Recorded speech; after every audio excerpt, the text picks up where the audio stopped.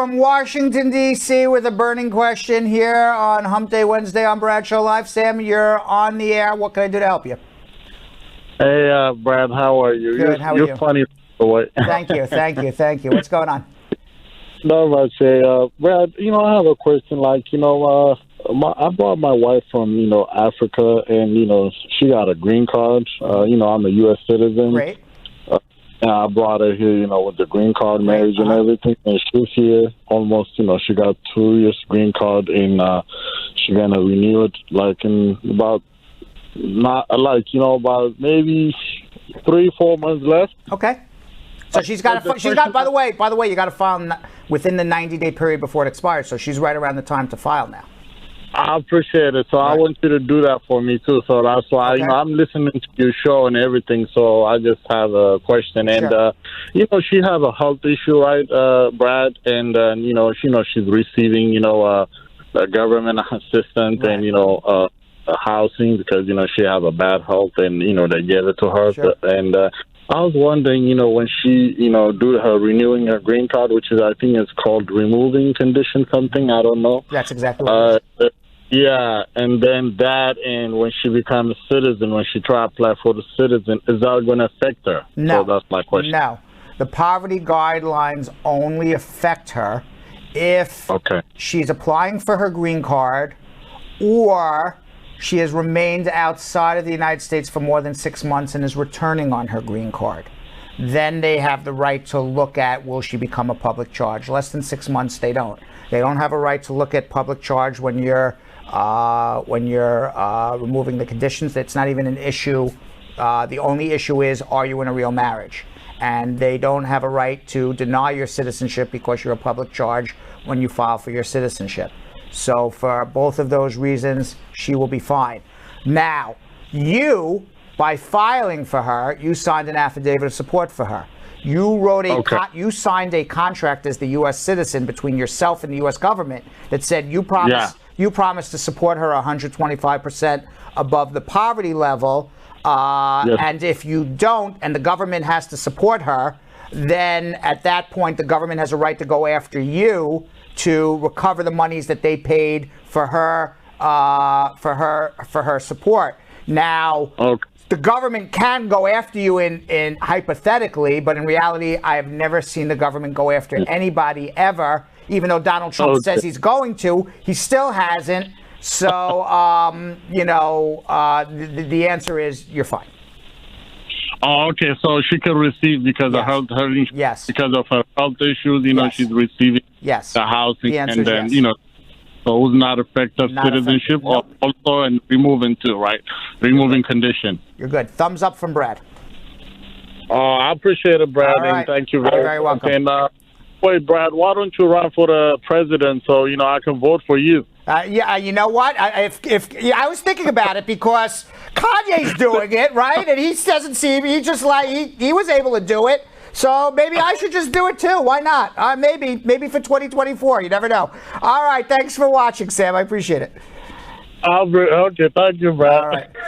All right. Let's go to Johannes in West Palm Beach, Florida. Johannes. Hello, Brad. Hi. How are you? Thank you for the good work. My pleasure. I petitioned to my wife back in 2017. She lives in Africa, and her case is approved now. I received a notification of approval. It says her case will be sent to the NVC. Right.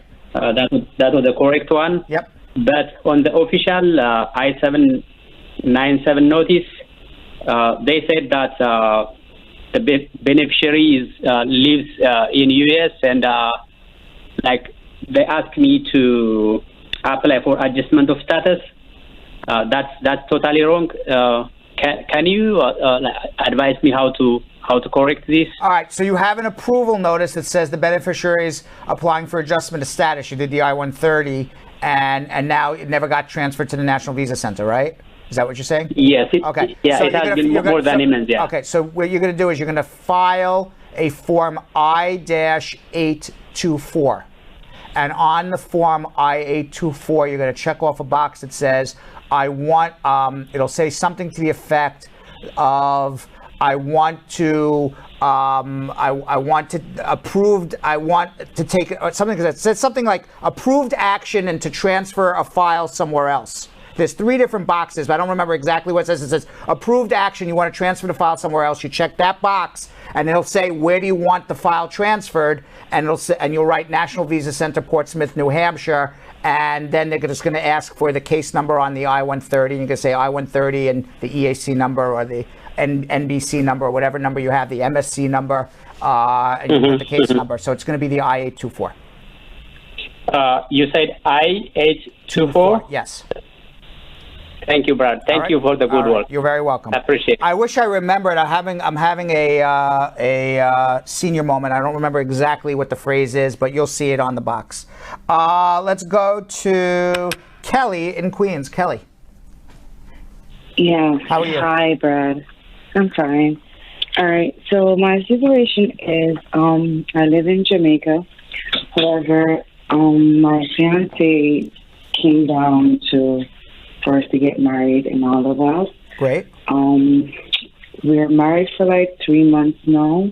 However, I came up here because I'm currently now in Queens to visit him.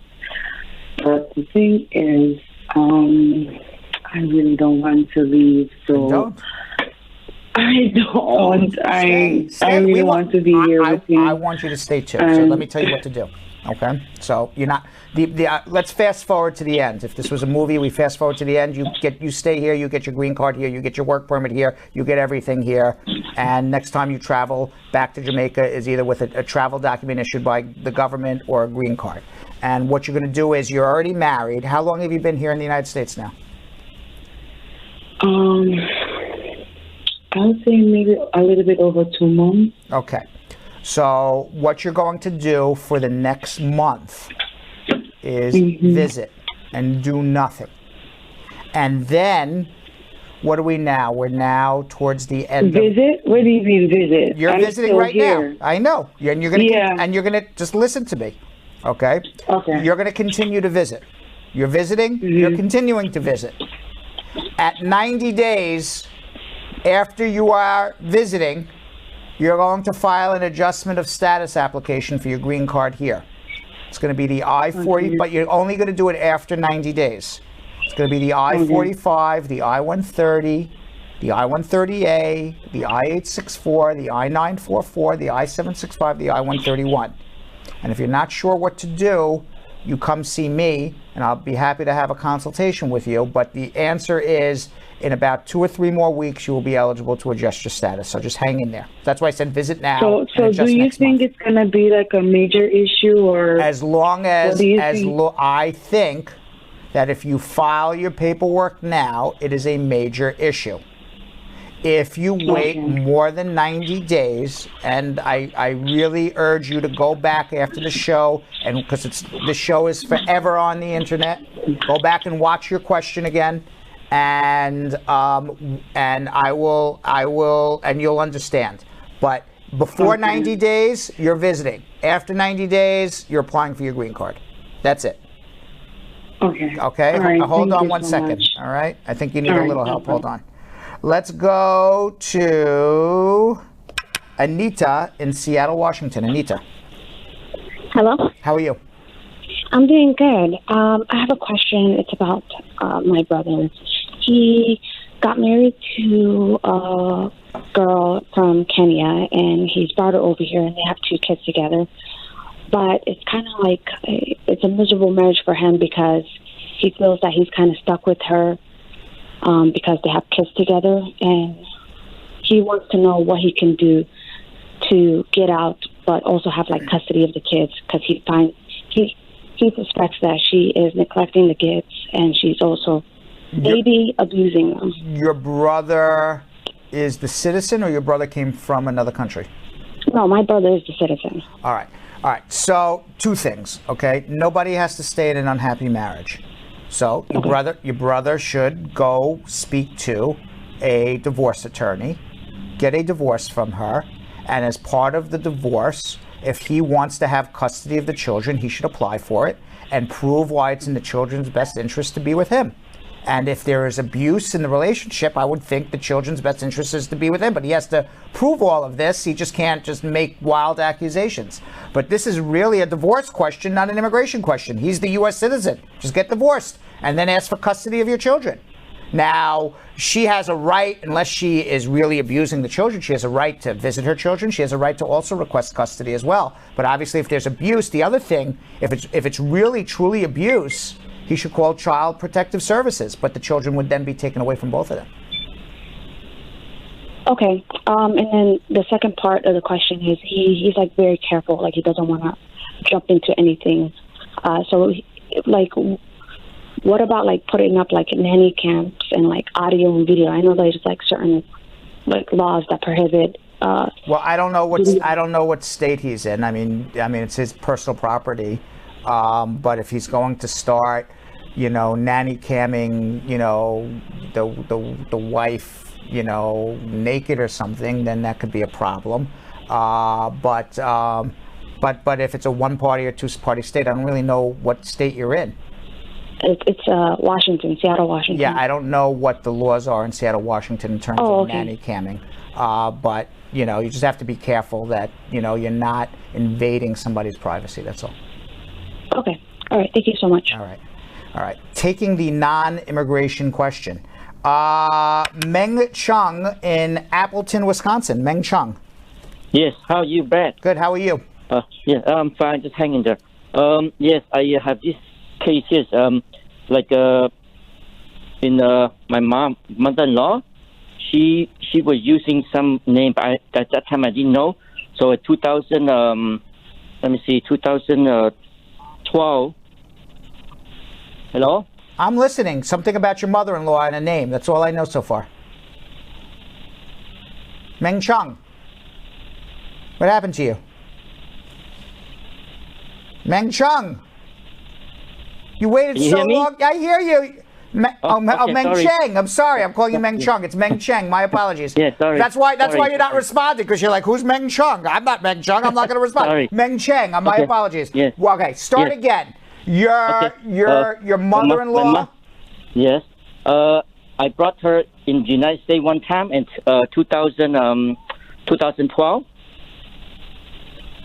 You brought your mother-in-law. How do you bring your mother-in-law? You mean your wife filed for your mother, or she came on a visitor's visa? What happened? Yeah, exactly. Bring a visitor visa. Visitor's visa for your mother-in-law. Yes. Okay. Yes, me and my wife sponsored her to come here one time in 2012. And then she stayed here for 3 months and she went back. Okay. And then 2014, we have another baby, so we want to bring her to visit one more time. Great. And then she told me she got rejected, so at that time I didn't know what's going on. And then later on, right, I asked her what happened. She said, because she didn't understand, she lived in Cambodia, right?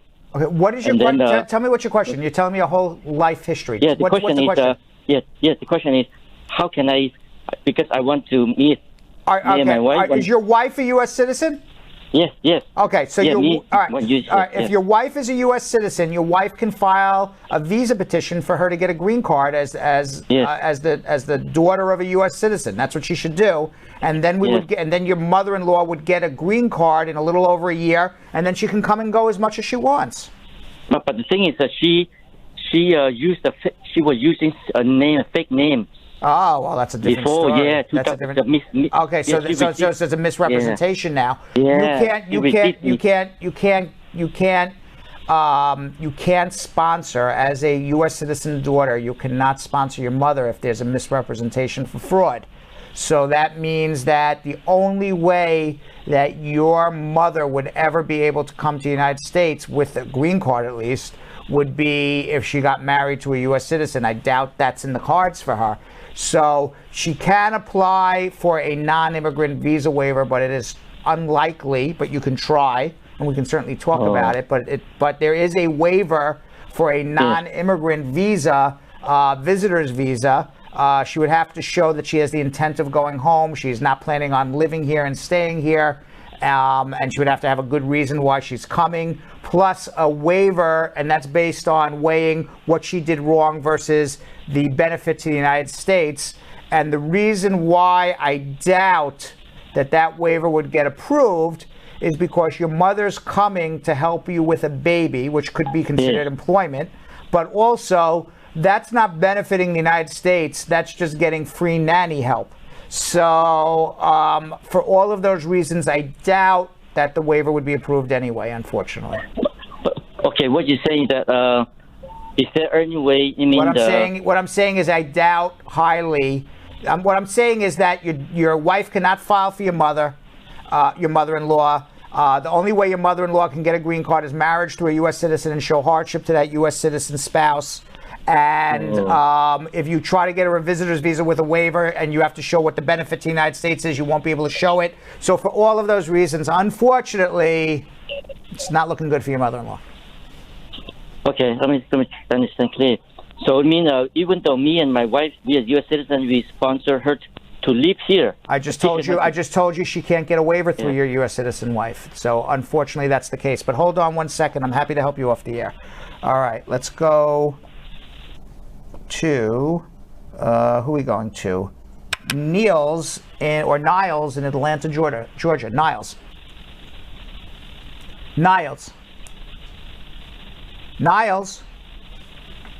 Going once, Niles. Going twice for Niles. All right, Niles, we're putting you back on hold. Let's go to Paul in Long Island. Paul. Brad, hi. Hi, how are you? How are you today? I'm doing good, thank you. Okay, my question is, in 2017, I came to U.S. on a student visa. And within a year, I applied for asylum. And now my employer wants to sponsor me. Am I eligible for sponsorship? You have a pending, but you never went for your interview for asylum? Yes, no. Okay. I haven't been to any interview. So if you're married to a U.S. citizen in a bona fide marriage, you can file an adjustment, withdraw your asylum, and you get a green card as long as you can prove it's a bona fide marriage. Absolutely. Okay, but am I not eligible for getting a sponsorship from my employer? You are not eligible for sponsorship from an employer because you've overstayed on your visa and violated it, and you would have to go home to pick up your green card. And you can't go home to pick up your green card because you've just told the government that you're terrified to go home to pick up your green card. Okay, so the marriage is the only option I have right now. Correct. Okay, great. Thank you so much. You're welcome. Sure, yeah. All right, let's go to Rick in Brooklyn. Rick. Yes. How are you? Hello? How are you? Good. So I'm not going to take too much of your time. So I'm from Russia, and I came on an F1 student visa. And then what happened is I filed for asylum, and then it got declined. And I went to 26 Federal Plaza to see the judge. And then he said, okay, no problem. We're going to put it in the, pending case. So, I was waiting. And while I was waiting for, the individual hearing date, I got married to a U.S. citizen. And then I filed an I-130. You filed an I-130 with a bona fide marriage exemption to prove it was a real marriage. Exactly. Right. And then I filed also I-485 too with the judge. And then with the judge. Okay, good. Let me speak, please, Brad. I love how you describe everything, but listen to me. This is a very unique case. Okay. So what happened is I went to individual hearing 2 years ago with my wife in front of a judge in 26 Federal Plaza. And then judge said, okay, everything looks fine. I'm going to postpone your interview, like master and individual hearing, but next time you come back here, you come with the approved I-130. So months ago, 2020, months ago, I received the interview notice for I-130, and a couple of days ago, I went to 26 Federal Plaza with my wife, and then we had separate Stokes interview, and we passed it. Today, a couple hours ago, I received the 797 notice saying that, my I-130 application was approved, and it's good to go. So it's a bona fide marriage. They understood it, and then now I filed 485 already and paid the fee with the judge. I mean the court, and did the biometrics, and then right now another master hearing is the December 5, 2020, but the courts are closed till 14th of August 2020. So right now, I don't know what to do because my work authorization is expiring on August 11th this year, and I have approved I-130, and I don't know what should I do, like, you know, what is it called, motion to advance, or should I get you can file to renew your work permit, number one, and number two, you should make a motion to recalendar to see if you could get a quicker date to adjust your status, because it shouldn't take a judge more than a few minutes to do it. And you make the motion to recalendar and say, I have the approved I-130, my master calendar is in December, can we recalendar earlier for a quick individual hearing so we can complete the case? And it's up to the judge's, you know, to discretion whether to do that or not.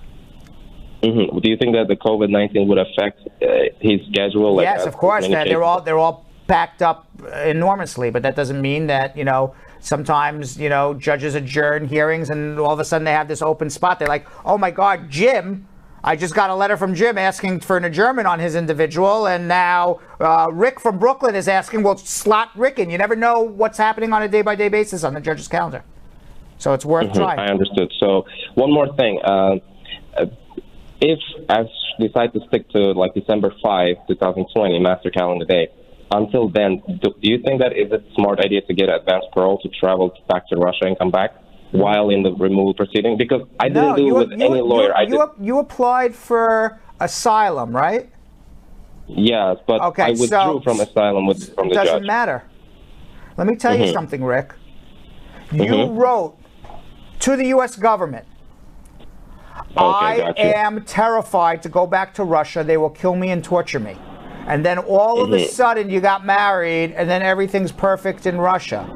Guess what? Well, they would deny you for misrepresentation, and now you got a big problem. You cannot travel to Russia at all. Even when you get your green card and you travel back, they're going to give you a problem at the airport. Didn't you apply for asylum? Didn't you say you were terrified to go? And here you are 6 months later? 8 years ago. It doesn't matter. It doesn't matter. I'm just telling you what's going to happen. Now you can go, you'll say at the airport, it was 8 years ago, and they'll say, go tell it to a judge. I'm telling you what's going to happen. I understood. So, but the most advanced parole and then traveling back there, it's a scratch off. And one thing I'm concerned right now, I did it without lawyer. I did it everything myself. And all the incomes and the taxes, everything looks so far good. Like, you know, the background checks, no criminal history, nothing. And I'm like, do you think that I can do it myself, like the motion to advance, you know, like to adjust status myself? Do you think if I do like enough research, I can do it myself? Is it doable, or do I get a lawyer? Because I tried to call a couple lawyers and I tried to explain the situation. I even paid for their like online, what is it called, consultation, and then they giving me a price like around $5,000-$6,000 just to go there, and all the paperwork filed I've done it myself already. Can Rick save $5,000, Magic 8 Ball, and not pay a lawyer, and just do this on his own and risk screwing this up, Magic 8 Ball? And the answer, Magic 8 Ball says, he says, yes, definitely, Rick, you can do it. That's what the Magic 8 Ball says. You can try. I mean, what's the worst that'll happen? The judge will say, no, you did it this far. And by the way, you didn't have a complicated case, you had an easy case. But it's okay, I listened to your whole story anyway. All right, Rick? So, I got you. The one thing is, should I get a lawyer or not? And then should I go to the Rick, when you ask when you ask a lawyer if you should get a lawyer, my answer is yes. But if you feel you can do it on your own, you've done it on your own, then do it on your own.